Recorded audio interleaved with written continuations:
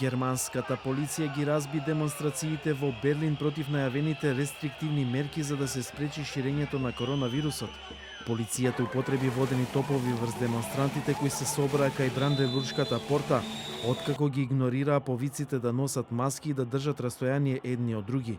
Полицијата уапсила и неколку демонстранти.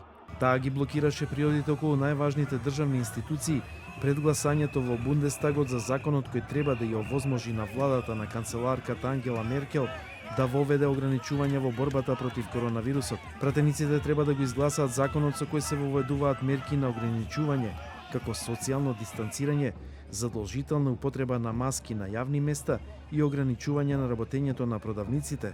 Првото читање на предлог измените беше пред 10 дена, а второто и третото читање пред парламентарците е вечерва, пошто подпис треба да стави и сојузниот председател. До сега сојузните покрајни се подпираа врз генерални клаузули од Законот за заштита од инфекции, кој инаку не предвидува ваква пандемија.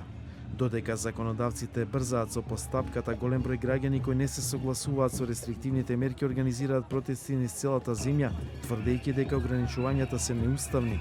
Германскиот министер за надворешни работи Хајко Мас остро реагираше на изјавите на демонстрантите дека новиот правен акт е сличен на законот од 1933 година, со кој на нацистите им биле дозволени закони без одобрување од парламентот.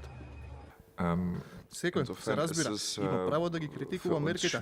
Нашата демократија се разбива преку размена на различни мислења, но секој што го релативизира или тривиализира Холокаустот е научил ништо од минатото.